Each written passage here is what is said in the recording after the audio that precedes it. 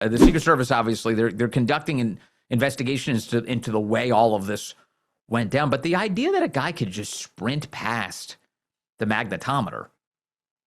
I mean, you're probably, you might already know some of this, but if perhaps you don't. How did he get into the building? The answer is he had been there for a day or two. He had been there as a guest of the hotel. The hotel was still actively open. And the shooter just bought a room. He just bought a room, and he was staying inside the building. So in order to get into the building, you either needed to have an event pass or just a room key, I guess. So he had his room key. He was just there. He brought guns into the hotel, and then he rushes past the magnetometers, heading for the ballroom. Now, thank God he didn't get into the ballroom, but he wasn't that far away from the scene. So I'm going to get more into the details of who this guy was in a moment. But let me just ask a really basic question here, because this one, I've been thinking about this all weekend. And chat, tell me if you share this view. If this guy, one dude, could think up this plan, which is, I'm just going to get a hotel room. I'm going to stay inside the building. So they're going to let me inside the perimeter because I'm a guest of the hotel. He brings his guns in a couple of days before. There was no screening of him to see whether or not he was armed as he went into the hotel.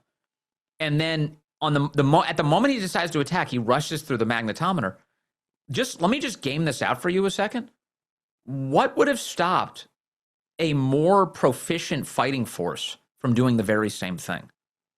Like a group of guys, like a foreign adversary.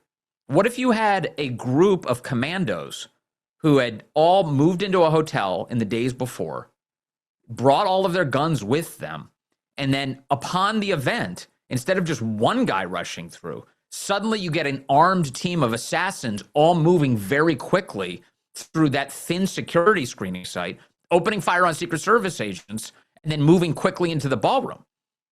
In other words, the chance of peril is sky high. That's exactly right. Americo Reds asked, what if a professional team wanted to do the same thing? What if, ladies and gentlemen, I'm not giving anybody ideas. I'm seeing people in the chat, Vince, don't give anybody ideas. I'm not giving anybody ideas. I promise you, if there are determined assassins who watched what happens this weekend and they're already contemplating this, I am raising this. I'm nobody. I'm not some armed assassin. I'm not like an adversary.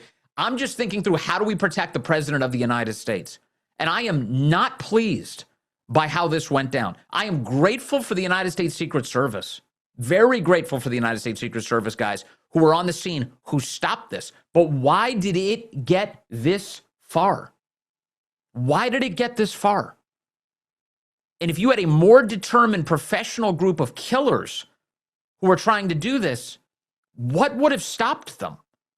Now, presumably, again, going through this scenario as I'm describing it, presumably they still would have been able to get the president off the stage, pull him backstage away from that threat.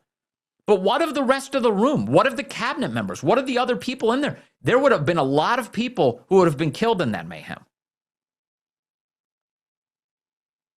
This is deeply troubling, what we just witnessed. Deeply.